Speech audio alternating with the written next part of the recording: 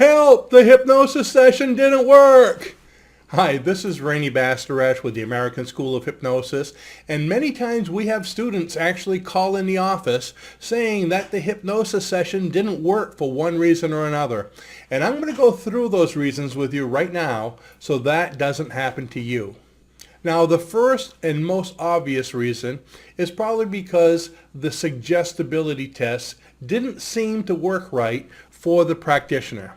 Now, the suggestibility tests are very accurate. Very, very seldom are they off. And if they are, it's just a little bit. The problem is the practitioner, even though they've been taught this in class, tend to forget it or to get nervous when they're actually working with a session. So when you do your suggestibility test before the actual session, the purpose of the suggestibility test is to find out whether the client's analytical or not analytical. This way you can hypnotize them according to their mindset. So what happens is you have them do the finger test, and you imagine your rubber band around your finger, and as you imagine it, your fingers coming closer and closer together. And when you see, after you're doing the test, their fingers aren't like that and they're still like this, you say, it didn't work. But no, it did, because if their fingers touched, they're non-analytical. If they didn't move at all, they're analytical. So it works either way. It's just that we're used to seeing the fingers go together because that's what the majority of clients are, is non-analytical. And if it doesn't, it's just not as rewarding. It kind of makes you nervous. It kind of makes you think that maybe the client doesn't think it's working.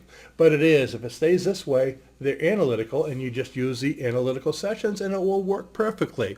So suggestibility test is probably the number one reason. So realize if they follow your instructions perfectly, they're non-analytical. If they don't do what you're saying or do the opposite, they're either analytical or they're resisting. Now, the second one is that the client told you that they didn't think they were under at the end of the session. Or even worse, the practitioner asked the client, so do you think you were under? Okay, that's a big no-no. Don't do that.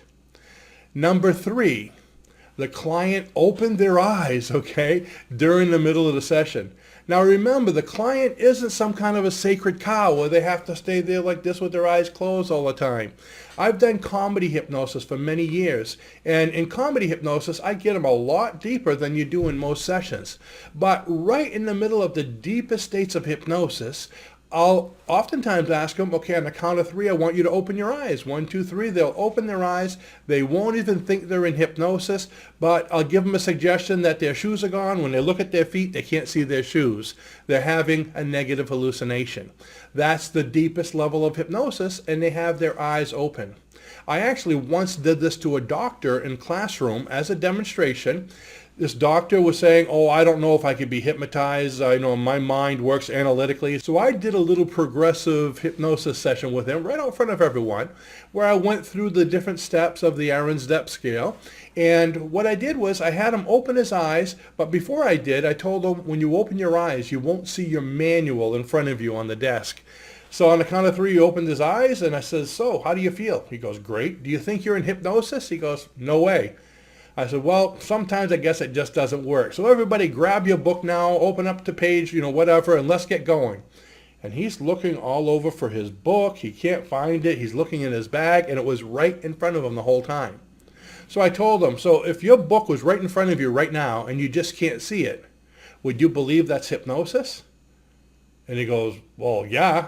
So I told him, when I snap my fingers, you'll see your book right in front of you. I snapped my fingers, and he was like, whoa, okay. So one more doctor convinced that hypnosis does work. So the reason I'm telling you this is if your clients open their eyes or not, it doesn't matter. Of course, you want them to keep their eyes closed because they'll be able to relax more. So if they do open their eyes, just say, you're doing great, continue to relax. Just close your eyes back and listen to my voice. And they'll close their eyes back. Just tell them to close them. Some people don't know. They think maybe when you said something that they were supposed to open their eyes and look. For instance, if you tell them you feel your hand, you're doing a depth test, you feel your left hand getting lighter and lighter and going up in the air, and they actually feel their hand starting to go up, they might open their eyes to look, okay? No, go ahead and close your eyes. You're doing fine. So don't worry about that.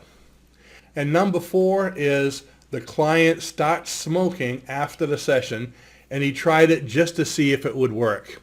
Keep in mind that hypnosis is not a magic spell. If you're going to take a cigarette out of your pocket and say, I wonder if I could light it, and it's not going to be like this. I mean, we can do that to you with hypnosis, so you can't get it to your mouth for maybe a couple minutes, but you're going to do what you want to do. You want to quit smoking. That's why you went, okay? So if you're going to test it to see if it worked, of course, your willpower is strong. If you want to test it, it's going to work because it's not like a force field keeping it away from your mouth. We're not duct taping you, okay?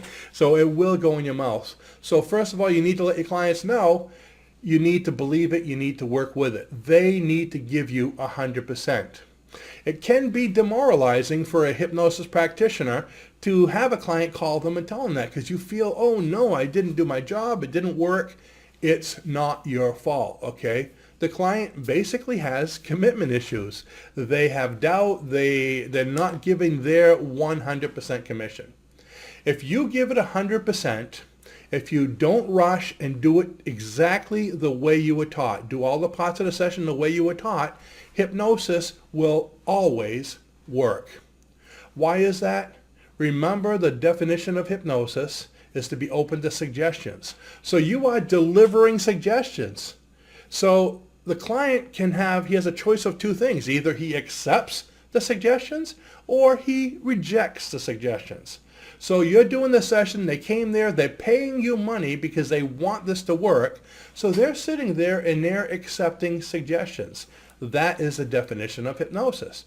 Now, if they were sitting there holding their ears going la, la, la, la, la, la, as you're doing the session, well, maybe then you could say they're resisting. You're still doing your job, but they're not giving it 100% too. So they need to give it effort, you need to give it effort. So as long as you give your 100% and they are, the hypnosis session works. But remember, if they're not giving their 100%, it doesn't mean, it has nothing to do with you. You did your job. They just don't have the commitment. Maybe they'll have to come back, or maybe they'll have to reestablish in their mind whether they really want to quit smoking or whether they really want this to happen or not, because there's some issues holding them back. And one more thing that's so very important is the preliminary session. This is crucial. It begins conditioning the client immediately upon arriving in your office, and it sets up the entire success of the session.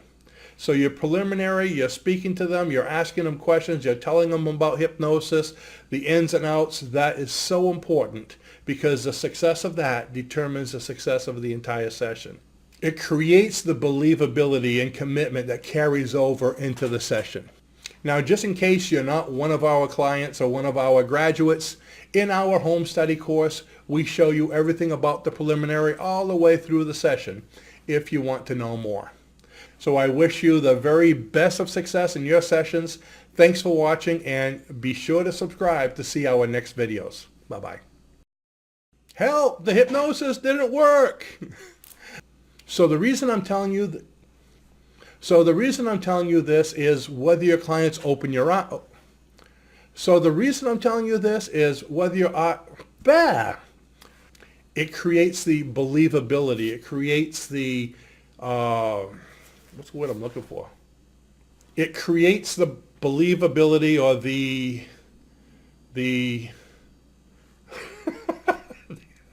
what's the word I'm looking for? The commitment. Okay, let me start over.